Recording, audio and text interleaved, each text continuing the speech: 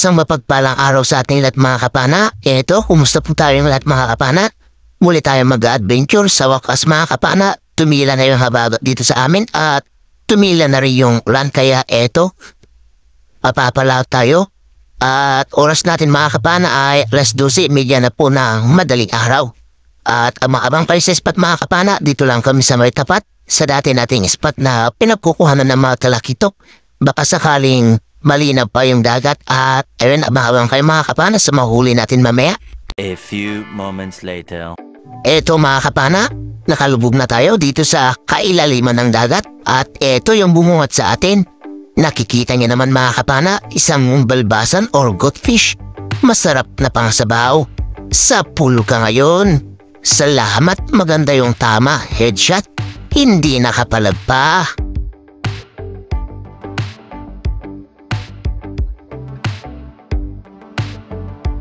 Sa pagpatuloy natin sa paghahanap ng isda, eto katabi niya mga kapana yung una natin na pana. Sa pulkang balbasan ka, timbungan or goldfish, mas kilala naman dito sa amin ito mga kapana na balaki. Masarap sa paksiw or sabaw. Hindi pa nga natin natatanggal yung unang dalawang natuhog natin, eto may nagpakita na naman. Masarap din sa sabaw. Ayun, tinamaan natin mga kapana, si Snapper. Or mas kilala sa amin na Sapinyan. Salamat Lord, 3 isda na yung nakukuha natin. Sa malayuan mga kapana, eto nakita natin si Lungnose Emperor or yung mahaba ang uso. Sa pulkang mahabang uso ka. Jamsok kung tawagin naman ito sa amin mga kapana at napakasarap naman ito sa inihaw at saka sa sinabawan.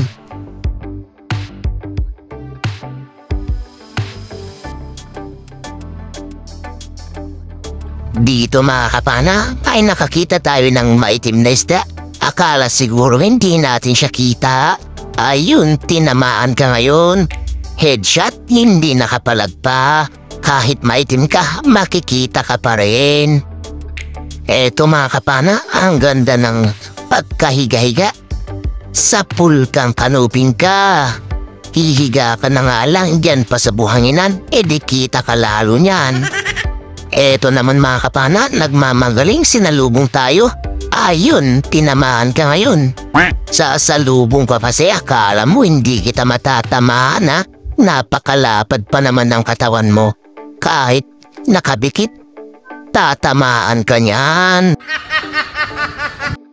Eto pa, kanuping ulit. Nakahiga na naman dito sa buhanginan. Sa pulkang kanuping ka. Ano kayang meron dito sa buhanginan at dito sila natutulog? What? Patuloy sa paghanap ng isda ulit mga kapana. Eto yung nakita natin. Masarap. Sa pulkang malaga ka. Malaga kung tawagin dito sa amin ito mga kapana. Masarap sa sinabawan. Salamat. Wow. Eto isda ulit mga kapana. Na isang snapper. Balak pa tayo takasan kaso eto tinamaan pa rin siya. Sa pulka ngayon na snapper ka. Masarap ulit ito sa pangtinola. At masarap din ito sa inihaw. Eto mga kapana, napakalaking GT or giant Toblerone. Balita ko, masarap daw ito lalong-lalo na sa bandang parting tiyan. Kasi nga sa kinakain nito, mabitamina at masustansya.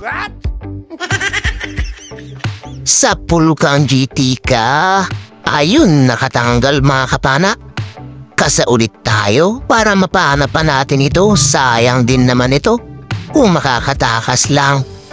Sa pulka ulit, ayun, napakalakas kong pumalag mga kapana. Malaki na kasi, mamaw na ito. Salamat naman at hindi na siya nakatanggal pa.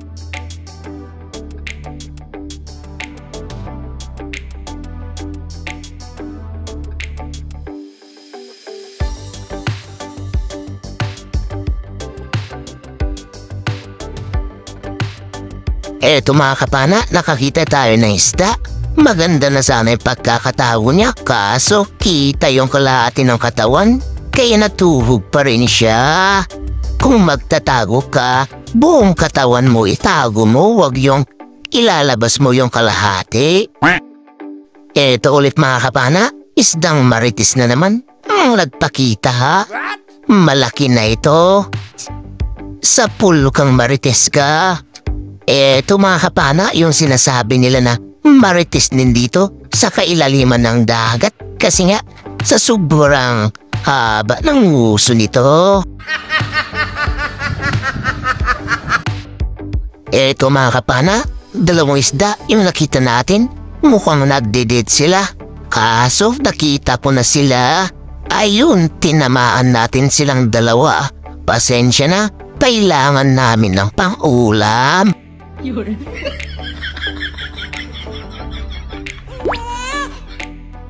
Ayun, marites ulit yung nakita natin. At malaki siya. Sa pool kang marites ka. Ayan mga kapana, jackpot tayo sa marites ngayon.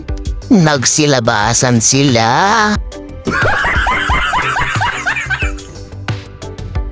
Eto, sumunod na nagpakita mga kapana. Masarap na naman sa sinabaw at ihaw. Sa pool kang isda ka. Headshot mga kapana. Salamat Lord.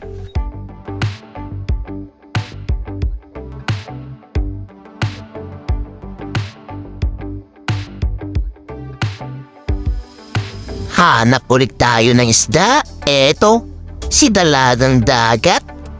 Sa pool kang dalagang dagat ka. Eto yung isda na hindi na nakapag-asawa kaya na tinawag na dalagang dagat. Eto mga kapana, may sumasalubong na isang mamaw na isda. Sa pool kang talakito ka. Malaki mga kapana. 3 kiloin siguro ito. Jackpot. Thank you Lord. Tiyak na masarap na naman ang higop ng sabaw nito kapag nailuto ng bibili nito. Pwede na. Eto mga kapana, isda ulit na isang kanuping ang ating nakita. Sa pool kang kanuping ka. Masarap naman ito. Sa sinabaw at eto yung iuulam natin mamaya mga kapana. Kanuping ulit yung nagpakita. Ayun, headshot. Hindi nakapalag pa. Eto na yung huling napana natin at umuwi na tayo dito mga kapana. A few moments later. Good morning mga kapana. Eto na yung mga nahuli natin. Ayun yung giant Toblerone natin at isdang marites. Eto na mga kapana, yung giant Toblerone natin. Mamaw, mag-4 na kilo na oh. 3 3/4. Eto naman yung mamaw na talakitok natin. 3.25. Salamat, malalaki. At eto naman yung mga marites natin mga kapana. At mga masasarap na pangsabaw.